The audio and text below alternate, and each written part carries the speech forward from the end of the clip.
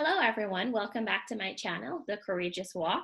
I am Jonelle Reynolds, and today I wanted to talk about silent battles and why it's important for us to be kind to each other.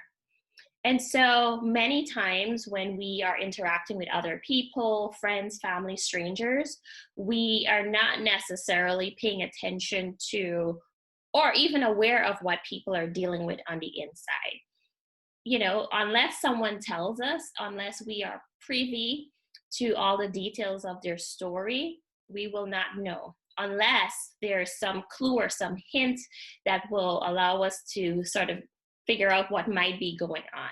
And then again, that's still based on assumptions.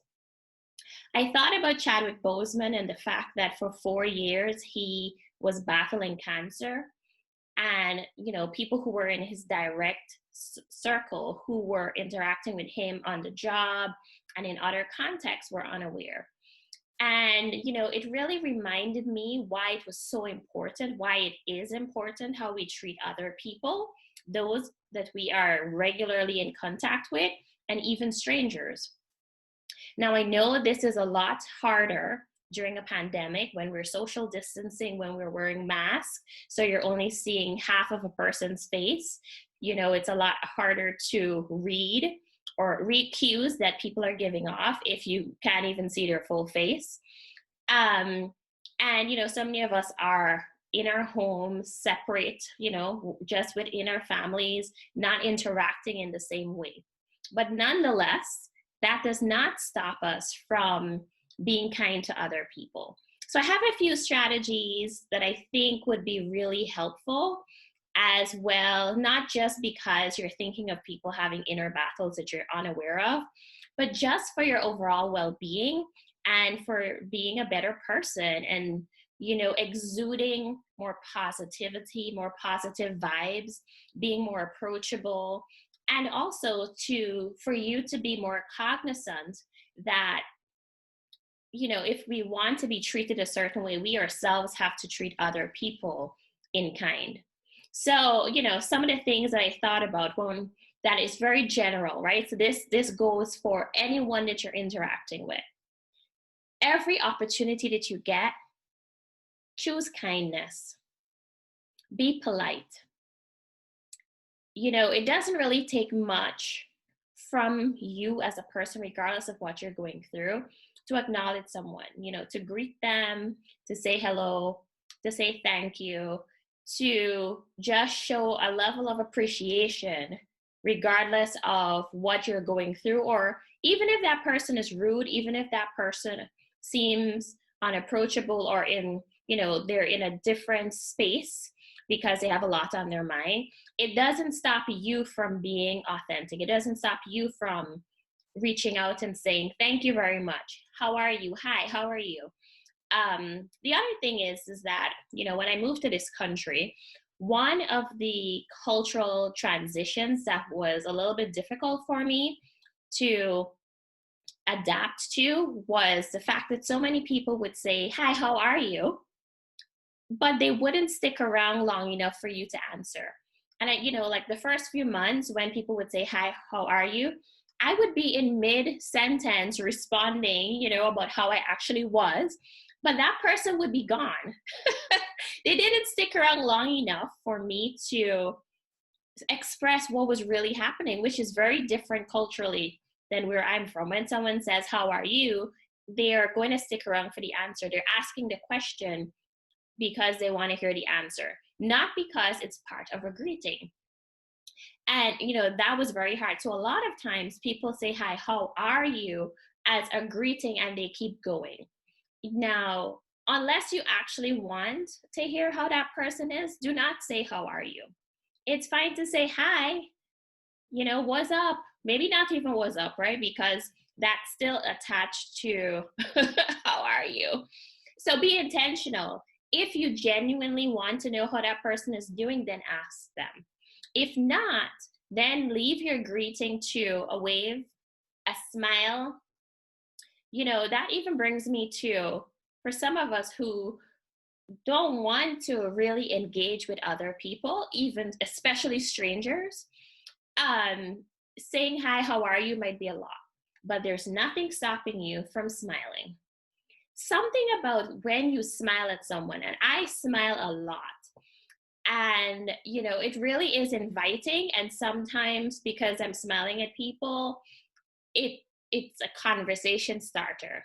And there's sometimes where I'm smiling because I just naturally do it, but I don't have the time or the capacity in that moment to have a full on conversation. Like some people, it's the first time someone has acknowledged them. And so, for me, I still will take a moment, a few minutes, if that much, depending on what's happening, just to check in and say, well, it's so nice to meet you.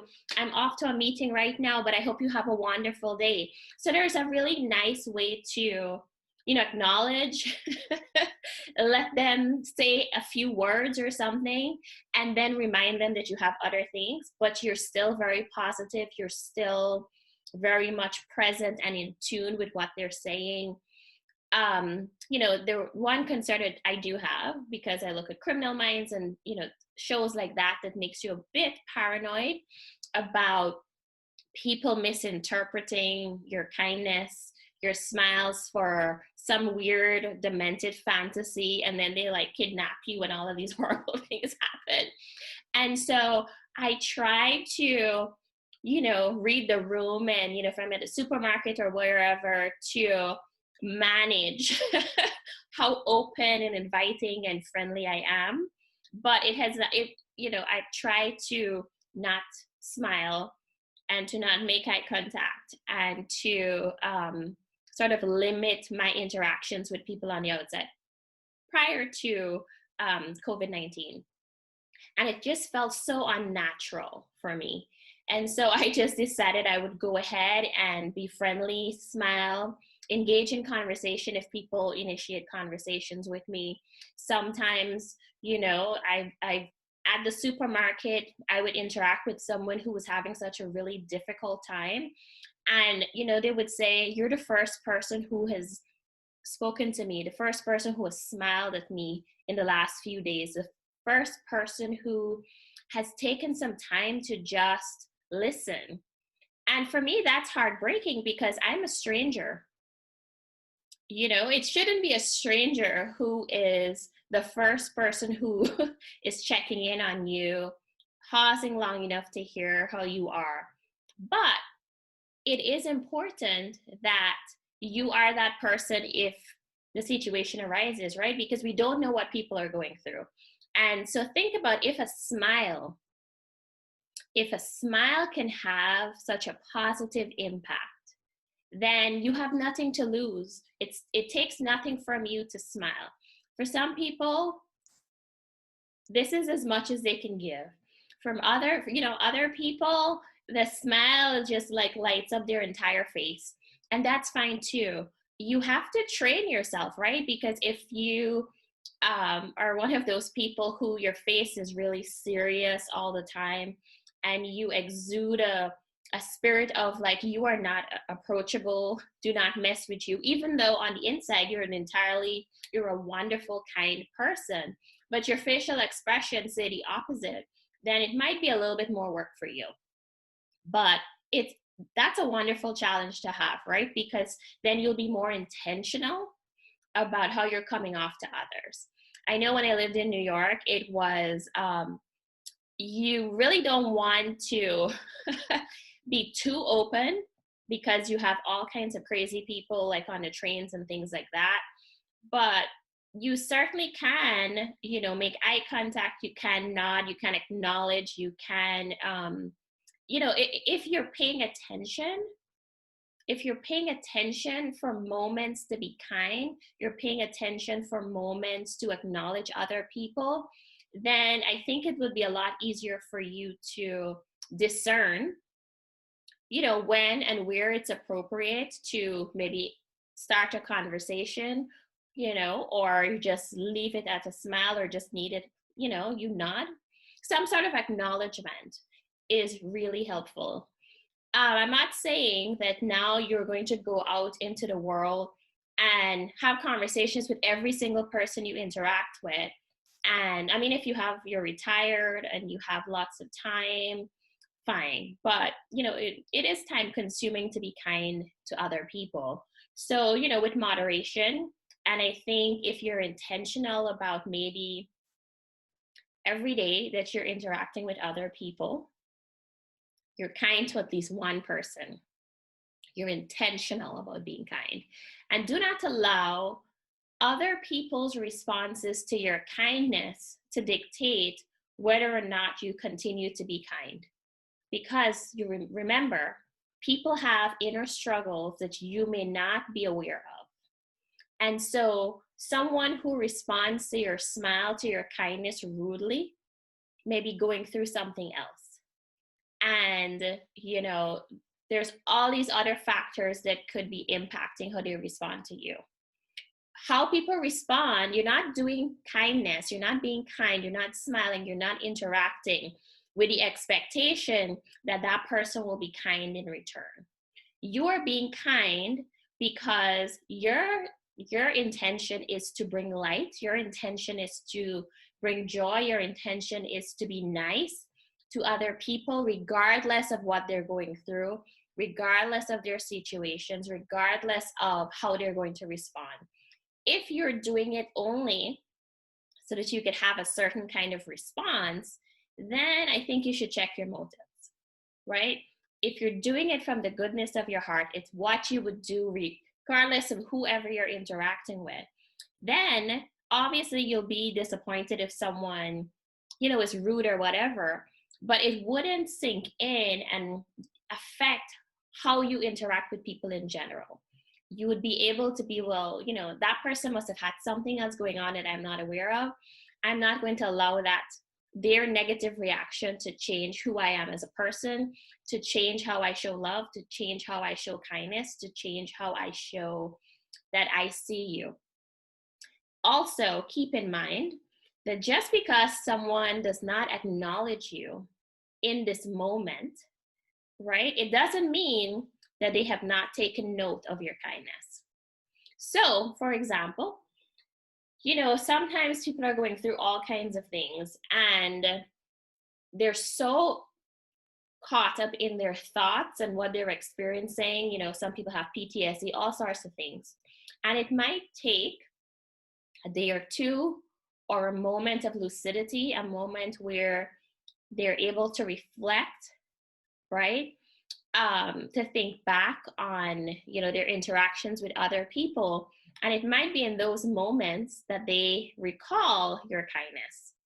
So keep in mind, when you're being kind to other people, when you're being nice, when you are being intentional about spreading warmth and joy and, just positivity, you're not doing it so that you can reciprocate some sort of equal measure of what you've meted out. You're doing it because it's out of the goodness of your heart. How people respond is on them. Your actions should not be dictated by other people. If the only reason you're doing good deeds is so that you can get acclaim for other people to be like, oh, John was such a wonderful person, she did X, Y, and Z for me. If that's your motivation, then I think you should do some self-introspection. So how about when you are dealing with people that you already have some sort of connection with? So it could be colleagues, it could be people that are in your community, it could be family members, whatever. But it's not strangers. So there's some level of, each other's names, you see each other on a regular basis. You're more likely to have conversations. So this is for the people who are not comfortable talking to strangers. This is for you. So what are some of the things? So I wrote in my notes, be intentional about listening more and talking less. Because it's only when you allow other people to share what's happening with them that you might get a clue or they might reveal to you what's actually happening with them. So listen more, talk less. Be present as they're engaging with you, paying attention to their body language, paying attention to what they're saying and what they're not saying, rather than jumping to fix their situation, rather than jumping in with solutions, rather than focusing on how to rebut whatever it is that they're telling you. Just be present. Even if you have so many things going on in your own life, for the period of time that you're having a conversation, just put your stuff in a box and be present and listen. Now, I should also warn you, there are going to be people who will take advantage and make every interaction about them. And so, every time they talk to you, it's the same, it's always something negative, always their story. They never stick around long enough to ask you how you are. That's a very different kind of situation, right? That is not just, like a back and forth, like we talk about me, we talk about you. And depending on the time of the conversation, it may vary. If it's someone who is just constantly like word vomiting all of the negativity and all of their experiences, it's all about them, that's another video, that's another person, right? Another sort of like narcissistic situation that's going on that you need to extract yourself from. I'm talking about those that give and take, right? You talk about each other's family, you talk about, highs and lows, you talk about good things and bad things. It's not just an outpouring of negativity. That's a very different situation, right? So these steps are for people that you're interacting with who, you have relatively healthy relationships with. You may not be best friends, you may not, talk about some deeper issues, but certainly when you are interacting with each other, you are creating space, you are creating room for that person to feel heard, for that person to feel seen, and for that person to feel validated. The only way for someone to feel heard, seen, and validated is if the person that they're sharing whatever it is with is present, is listening intently, and is just there to let them know that they're understood. And that I can acknowledge that you're going through all of these experiences. I may not have had similar experiences. I may not truly know what it's like to have those experiences, but I'm here to support you however you would need. And so for some people, that support may be, once a week, just checking in and saying, how are you doing this week? I know that you had such and such, just wanted to check in.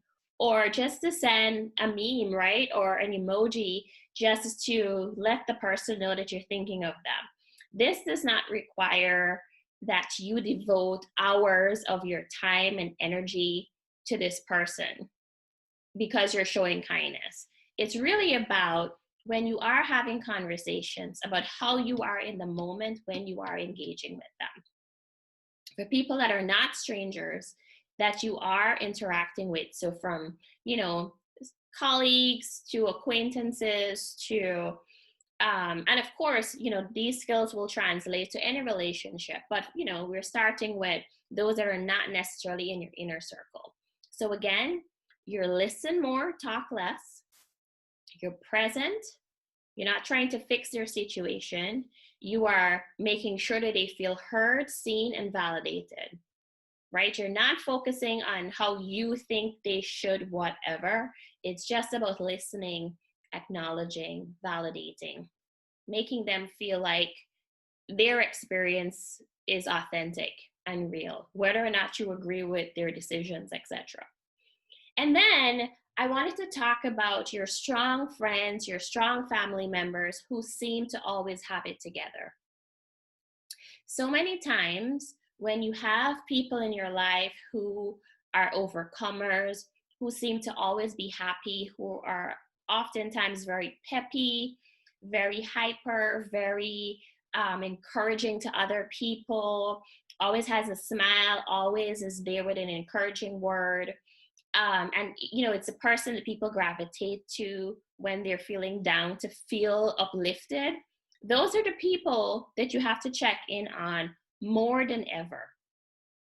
we tend to take for granted that because someone is genuine, generally happy, regardless of what they're going through, they have a smile, or, they're not operating in the way that maybe other people may, right? Like the world, they don't look like the world has fallen apart.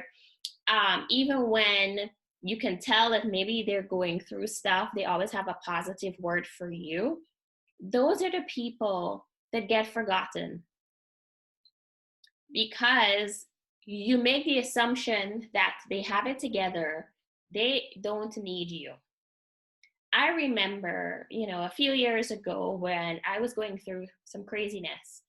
And, a lot of, after everything was resolved and I was in a much better place, I remember talking to colleagues and talking to some friends that were not necessarily in my inner circle, so weren't aware of the details. And they said they had no idea that I was going through anything. Mind you, I thought that I looked a mess. I thought that I was, like the entire world knew what I was experiencing, because on the inside, I felt a certain way. But apparently, how I was presenting, and I really shift into professional mode very easily. And so when I'm in professional mode, even if on the inside I am going crazy, I tend not to have that bubble up to the surface. And, it was really interesting to have that feedback about all of these people who I was engaging with regularly, but they seemed to have no clue as to what I was going through. It also explained why many times while I was going through my own stuff, would be outpouring what they were experiencing. Sometimes it was some of the similar things I was experiencing, without ever pausing long enough to ask me how I was doing.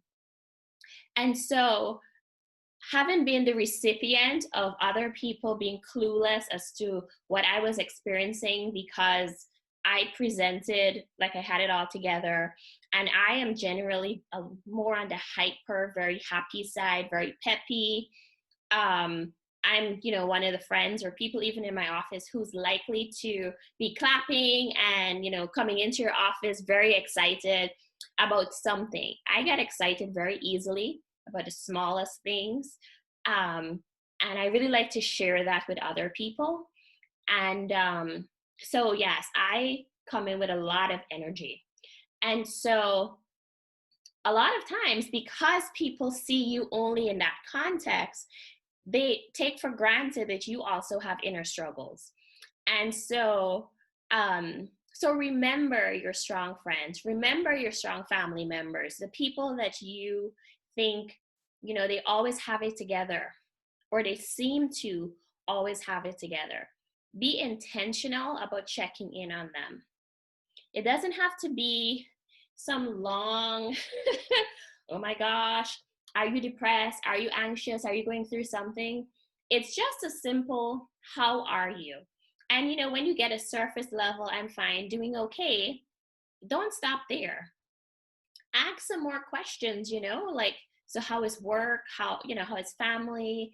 How are you managing in the midst of a pandemic?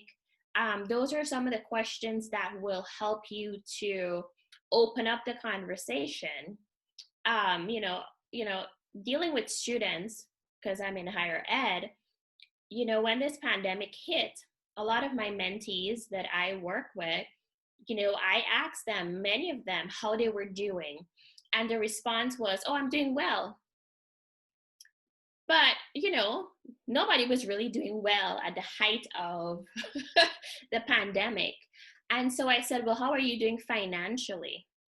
Because, right, people were losing jobs. There was so much uncertainty.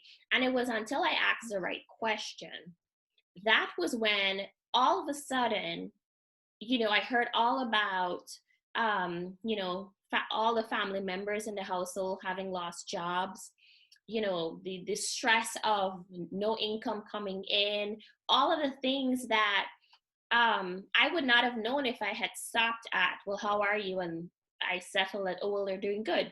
So I can move on to the next person to check in on. So if these are people that you're interacting with that you care about, remember to go one step further. It's not enough to just say, well, how are you?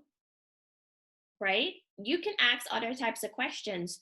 Think about the context that we're in. If your friends or family or parents, you can ask, how are they dealing with the schooling, right? For those who have their kids at home versus those that are going to school, regardless, there's going to be concern, right? Because if their kids are home, it might be affecting how they're able to do their jobs while also teaching their kids. If their kids are in school, then the concern is, will their kids contract COVID-19 and then bring that home, right? So either way, there's concern. So think about the context that, people are in, and let that guide some of the questions. Now, of course, if you ask one or two questions and you get a very standard general answer, I am not asking you to now go and keep probing and almost demanding that they tell you that something is wrong. That is an extreme. But there's nothing like asking a few questions so that a person knows that you care. The other thing to keep in mind, after you find out this information about what's happening in your friends and family's lives, this is not the opportunity to go and tell everybody what they have told you. Right? So you also have to be cognizant that when you are checking in on people and you're asking how they're doing and they're telling you how they're doing, that doesn't give you permission to now go and broadcast it to everyone you know. Unless they say tell everybody. And most people do not say tell everybody. So those are some of the things that I wanted you to think about in terms of how you're engaging with other people. How do you show kindness, even if you don't know what that person is struggling with? So let's just review. So when you're dealing with people in general, right, be intentionally kind, smile as much as you can, make eye contact, right? Now, I don't mean you stare them in the eye, but certainly as they're talking to you, you can, you look somewhere up here so it's not so interrogative and scary. You look at other places on their face. You might look away for a bit, you come back, but don't look away while they're talking the entire time.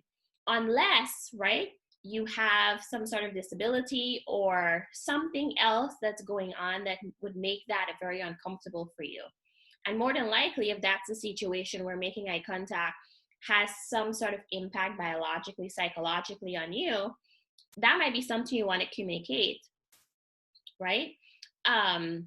But so generally, right, be kind, be present, listen, make some eye contact, not too much eye contact where it scares the person. In your greeting, say hello, but do not say how are you unless you genuinely want to know how that person is.